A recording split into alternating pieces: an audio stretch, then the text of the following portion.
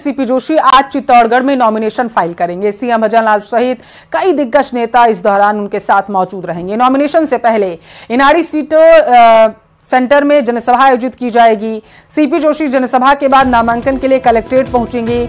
News 18 Rajasthan से खास बातचीत में सीपी जोशी ने जीत का दावा किया, साथ ही विपक्ष पर जोरदार हमला बोला।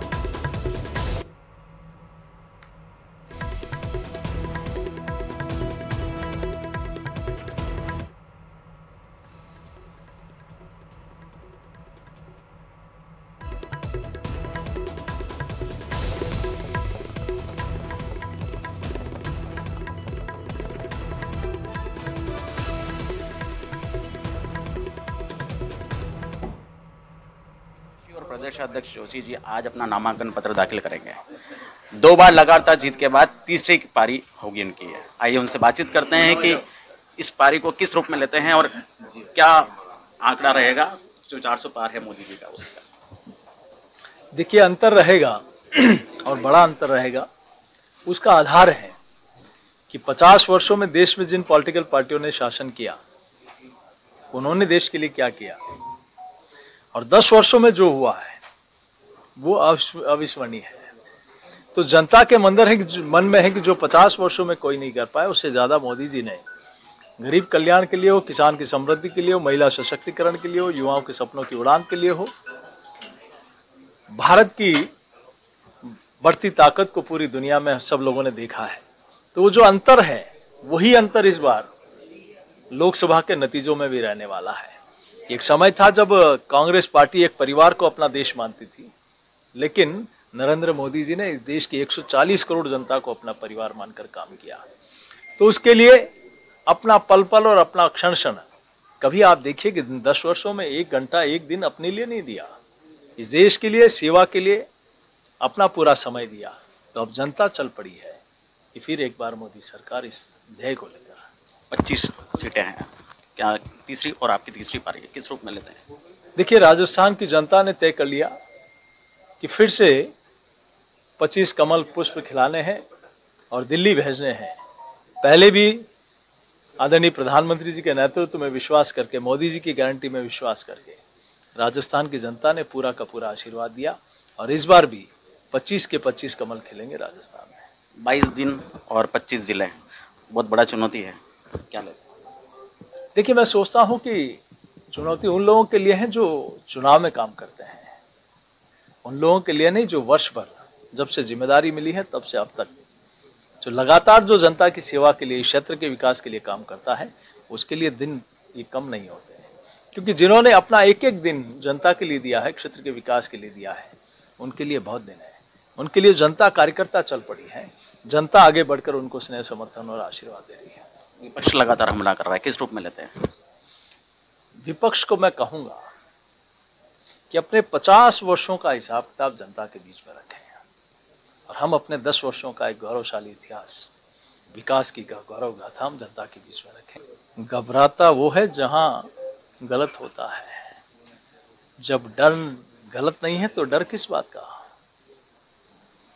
लेकिन जिसने देश के गरीब का, किसान का, सरकारी खजाने का दुरुपयोग किया है और पैसा अपनी जेब में डाला है, तो उसके खिलाफ तो एक्शन होगा। ये जनता की मांग है। तो कहीं न कहीं उन भ्रष्ट नेताओं को डर लग रहा है जिन्होंने भ्रष्टाचार किया है। तो ये थे जोशी जी, इनका कहना है कि मोदी जी के ध्येय को जो है वो विकसित भारत जो है संकल्प वो पूरा होगा। न्यूज 18 राजस्थान, चित्तौड़गढ़। और लोकसभा चुनाव से जुड़ी बड़ी खबर है। 4 अप्रैल को बीजेपी चुनाव घोषणा कमेटी की बैठक होगी, ऐसी जानकारी सामने निकलकर आ पा रही है। तो सियासी गलियारों से जुड़ी इस वक्त की सबसे बड़ी खबर हम आपको बता रहे हैं। बताया जा रहा है कि मोदी की गारंटी के नाम से घोषणा पत्र होगा। सूत्रों के हवाले से बड़ी खबर आपके टेलीविजन स्क्रीन पर। घोषणा पत्र को लेकर के लगातार बीजेपी में मंथन चल रहा है। बताया जा रहा था कि कमेटी का भी गठन किया गया था, और उसके बाद बताया ये जा रहा है कि सूत्रों के हवाले से बड़ी खबर है कि मोदी की गारंटी के नाम से घोषणा पत्र होगा। ज्यादा जानकारी के साथ संवाददाता पवन हमारे साथ टेलीफोन लाइन पर जुड़ चुके हैं। पवन, 4 अप्रैल को बताया जा रहा है बीजेपी घोषणा पत्र जारी, बैठक होगी, क्या कुछ अपडेट है? देखिए, घोषणा पत्र समिति जो कि बीजेपी अध्यक्ष जेपी नड्डा ने रक्षा मंत्री राजनाथ सिंह की अध्यक्षता में एक 27 समिति जो सदस्यीय कमेटी बनाई है, उसकी पहली बैठक कल हुई थी। उस बैठक में तमाम सदस्य शामिल रहे थे और उसमें घोषणा पत्र को लेकर पूरे देश भर से तकरीबन 4 लाख जो सुझाव आए हैं, उनको किस तरह से घोषणा पत्र में शामिल करना है, उन सबको लेकर समिति की पहली बैठक में चर्चा हुई थी। अब इस समिति की जो दूसरी बैठक है वो 4 अप्रैल को बुलाई गई है। उसमें किस तरह से आगे काम करना है, किस तरह से घोषणा पत्र तैयार करना है, उन सब विषयों को लेकर चर्चा होगी। और सूत्रों के हवाले से खबर यह है कि इस बार जो घोषणा पत्र है उसका नाम मोदी की गारंटी 2047 का विकसित भारत करके इसका नाम हो सकता है। उसके साथ साथ घोषणा पत्र में अगर शामिल किए जाने की अगर मुद्दों की बात करें तो इसमें किसानों को लेकर बहुत कुछ शामिल किया जा सकता है, उसको लेकर लगातार चर्चा जारी है। उसके साथ साथ महिला और युवाओं पर भी खासा फोकस इस घोषणा पत्र में रहने वाला है। इसके साथ साथ जो सामाजिक मुद्दे कई सारे हैं, चाहे वो यूनिफॉर्म सिविल कोड की बात करें, चूंकि सिर्फ अभी उत्तराखंड के अंदर लागू हुआ है, पूरे देश भर में बीजेपी हमेशा इस मुद्दे को उठाती रही है। इस मुद्दे के बारे में हर घोषणा पत्र में अपनी बात रखी आई है, तो उसको शामिल किया जा सकता है। उसके अलावा अन्य जो धर्म से जुड़े हुए मुद्दे हैं, जो सामाजिक मुद्दे हैं, उसको लेकर भी बीजेपी घोषणा पत्र में शामिल कर सकती है। पूरे देश भर से बहुत सारे सुझाव आए हैं इन सब विषयों को लेकर। अब बीजेपी जो घोषणा पत्र समिति है उन सब सुझावों को संकलन करके घोषणा पत्र तैयार करेगी और पहले चरण के मतदान से पहले बीजेपी अपना घोषणा पत्र जारी कर देगी। बहुत शुक्रिया पवन जानकारी के लिए। चूरू के रतनगढ़ में सड़क पर दौड़ती वैन में शॉर्ट सर्किट से अचानक आग लग गई। वैन में सवार चालक ने कूदकर किसी तरीके से अपनी जान बचाई। घटना के बाद इलाके में अफरा तफरी का माहौल बन गया। सूचना पर दमकल मौके पर पहुंची और करीब 20 मिनट की मशक्कत के बाद आग पर काबू पाया गया। घटना में कोई हताहत नहीं हुआ है, लेकिन गाड़ी पूरी तरीके से जलकर खाक हो चुकी, ऐसी जानकारी है। मौके पर पहुंची रतनगढ़ पुलिस ने मामले की जांच शुरू कर दी।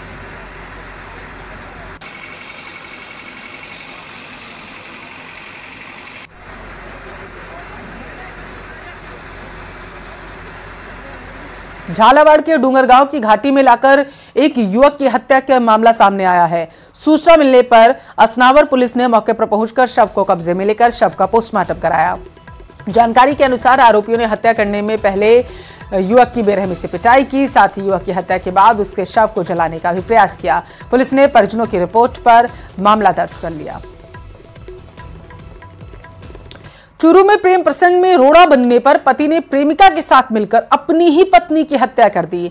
मामले पर कार्रवाई करते हुए पुलिस ने प्रेमिका को धर दबोचा है। पुलिस ने आरोपी पति को पहले ही गिरफ्तार कर लिया था। आपको बताते चले कि 15 मार्च की रात व्यक्ति ने प्रेमिका के दबाव में आकर अपनी पत्नी का गला दबाकर हत्या कर दी थी, जिसके बाद पीहर पक्ष की ओर से पुलिस ने हत्या का मामला दर्ज किया था। फिलहाल पुलिस ने आरोपी महिला को कोर्ट में पेश किया, जहां से उसे जेल भेज दिया गया। अजमेर का रुख करेंगे, जहां जयपुर रोड स्थित बताया जा रहा है इंडस्ट्रियल एरिया में बनी प्लाईवुड फैक्ट्री में देर रात अचानक आग लग गई। मामले की सूचना मिलने पर मौके पर पहुंची दमकल की टीम लगातार आग बुझाने की कोशिश में लगी है। 12 बीघा में फैली फैक्ट्री में प्लाईवुड और केमिकल होने के चलते लगातार 6 घंटे से आग का तांडव जारी है। फिलहाल पुलिस टीम के साथ सिविल डिफेंस की टीम भी मौके पर पहुंची। मामले का खुलासा नहीं हो पाया है कि आग किन कारणों से लगी। जैसलमेर पुलिस इन दिनों अवैध खनन माफिया के खिलाफ एक्शन मोड में है, जिसके चलते पुलिस की ओर से अवैध खनन करने वालों के खिलाफ लगातार कार्रवाई की जा रही है। ऐसे में जैसलमेर जिले के खुहड़ी पुलिस थाना ने कार्रवाई करते हुए अवैध पत्थरों से भरे बिना परमिट के 4 ट्रकों को जब्त किया। ट्रक में बिना परमिट के अवैध पत्थरों का परिवहन किया जा रहा था।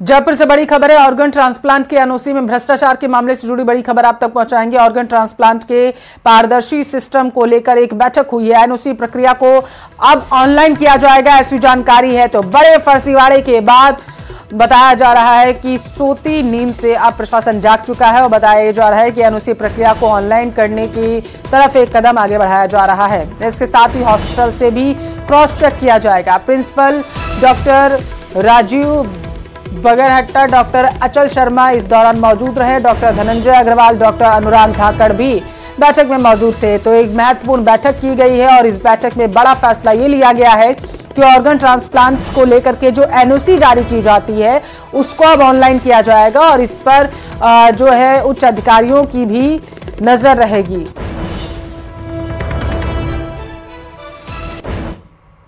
जैसा कि मेरे से पूर्व प्रधानाचार्य महोदय ने और डॉक्टर धनंजय अग्रवाल साहब ने बताया, इसका मीटिंग का एक ही उद्देश्य था कि अब तक जो इसमें कमियां हैं इस सिस्टम के अंदर और उसको हम कैसे ज़्यादा पारदर्शी बनाएं, इस तरह की घटना ना हो और कोई भी हमारी आंखों के नीचे से इस तरह से कोई बिना किसी को सूचित किए इस तरह के सर्टिफिकेट नहीं जारी किए जाएँ, इसको रोकने के लिए थी। साथ ही साथ प्राइवेट हॉस्पिटल्स में जहाँ जहाँ ट्रांसप्लांट होते हैं वहाँ ये व्यवस्था भी बाधित नहीं हो, जो पेशेंट जो वास्तव में बहुत इसके लिए नीडी हैं, ज़रूरतमंद हैं, उनके कार्य भी बाधित नहीं हो। इन सब चीज़ों को लेकर के आज इसमें यहाँ पे विचार विमर्श किया गया, उसमें कुछ पॉइंट्स बनाए गए, एसओपी बनाई गई, कुछ जगह सरकार से मार्गदर्शन भी चाहा गया है। तो उम्मीद करते हैं कि जल्दी जो भी इस तरह की वारदातें वापस दोबारा न करें। इन ऐसी घटनाओं की पुनरावृत्ति को रोकने के लिए और मरीज़ों की जो ट्रांसप्लांट की सुविधा है उसमें कोई बाधित ना हो, उसको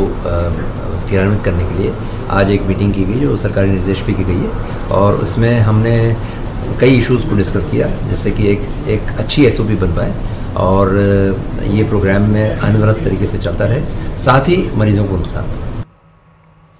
जयपुर में आईपीएल का जुनून इस कदर है कि लोग आरसीबी के मैच के टिकट के लिए एसएमएस स्टेडियम के बाहर रात बिता रहे हैं, लेकिन इसके लिए सस्ते से लेकर महंगे टिकट भी ऑनलाइन उपलब्ध नहीं हो पा रहे हैं। स्टूडेंट्स के लिए सस्ते टिकट की बात भी बेमानी साबित हुई। ऑफलाइन टिकटों के लिए सैकड़ों युवा बॉक्स ऑफिस के बाहर ही रजाई गद्दे लेकर सोते नजर आए। जयपुर के सवाई मानसिंह स्टेडियम में हो रहे आईपीएल मैच के टिकटों के लिए रात 12 बजे से ही टिकट काउंटर के बाहर सोते हुए युवाओं की कतारें हैं, ताकि काउंटर खुलने पर टिकट मिल सके। आईपीएल मैच के टिकट के लिए युवा संघर्ष कर रहे हैं। लोकसभा चुनाव से पहले एक तरफ प्रचार का सिलसिला जारी है तो वहीं दूसरी तरफ एक दूसरे पर नेता हमलावर हैं। इसी कड़ी में दौसा में चुनाव प्रभारी ने डॉक्टर विनय सहस्त्रबुद्धे ने उन नेताओं पर हमला किया जिन पर कानूनी कार्रवाई चल रही है।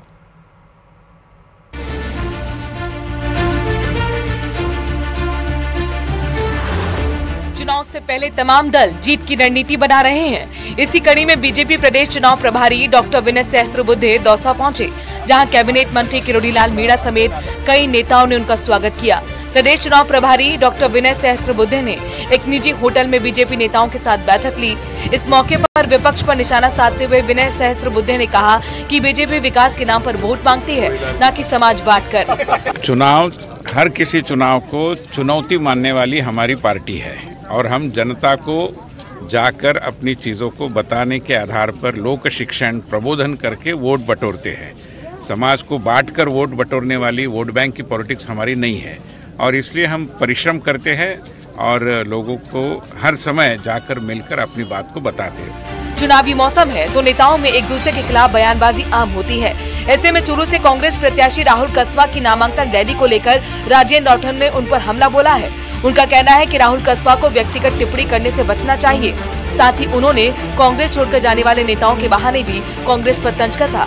पहली बार मैं देख रहा हूँ कि उम्मीदवार खुद कहे कि हम चुनाव लड़ना नहीं चाहते।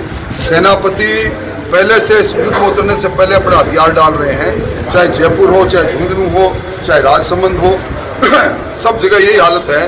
बड़े नेता जानबूझकर बचना चाहते हैं चुनाव से, इन सारी बातों को करेंगे। चुनाव से पहले एक दूसरे की खामियों को जनता के सामने लाने सियासी दलों की चुनावी रणनीति का हिस्सा होता है। बहरहाल अब जनता किसकी खामियों और किसकी हासियों पर गौर कर मतदान करती है, ये देखने वाली बात होगी। Bureau report, news 18 Rajasthan. आगे भी करेंगे। Thank you. ये थी एसीएस श्रेया गुहा, सिंधी कैंप पर मौजूद है। किस तरीके से सिंधी कैंप का बहुआयामी इस्तेमाल किया जा सकता है और साथ ही साथ कौन कौन सी अव्यवस्थाएं हैं, इसको लेकर वो लगातार जायजा ले रही है और पूरा इंस्पेक्शन करने के बाद में यहाँ पर कई तरीके के सख्त कदम भी उठाए जाएंगे। कैमरामैन अविनाश के साथ आसिफ खान, न्यूज़ 18 जयपुर। चलिए खबरों में आगे बढ़ेंगे। अजमेर में जीनगर पंचायत संस्थान की ओर से शीतला सप्तमी पर गाजे बाजे के साथ शोभा यात्रा निकाली गई। 250 सालों से चली आ रही इस परंपरा का हर साल की तरह ही इस साल भी हर्षोल्लास के साथ आयोजन किया गया। इस शोभा यात्रा में समाज की महिलाएं सिर पर गणगौर की जेलें लेकर निकली। इस मौके पर राजस्थान विधानसभा अध्यक्ष वासुदेव देवनानी और अजमेर दक्षिण विधायक अनीता भदेल भी शामिल हुई। उन्होंने सभी का स्वागत किया।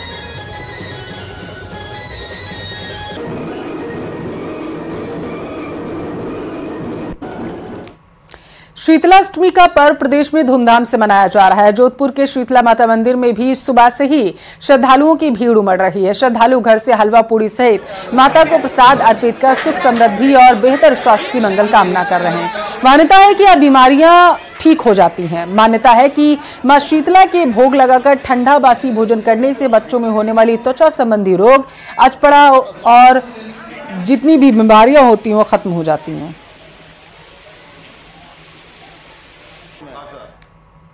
माता जी के सातम को भोग लगता है। इस बार सातम को भोग लगा, इस बार मंगलवार आया है, उसके हिसाब से भी यात्रियों की संख्या बहुत अच्छी आ रही है।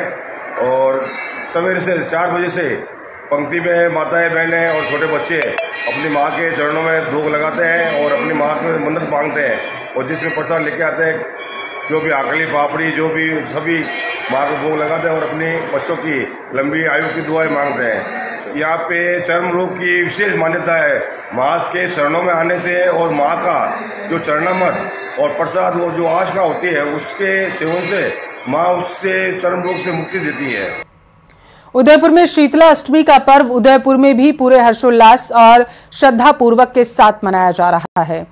जगह जगह महिलाएं शीतला माता मंदिर में महिलाओं ने बास्योड़ा बनाकर माता को ठंडे पकवानों का भोग लगाया। मंदिरों में महिलाएं नए नए वस्त्र पहनकर 16 श्रृंगार कर माता पूजने पहुंची हैं। बताते चले कि शुभ मुहूर्त में महिलाएं शीतला माता की पूजा करने पहुंचने लगी हैं। परिवार को स्वस्थ रखने की कामना की जा रही है।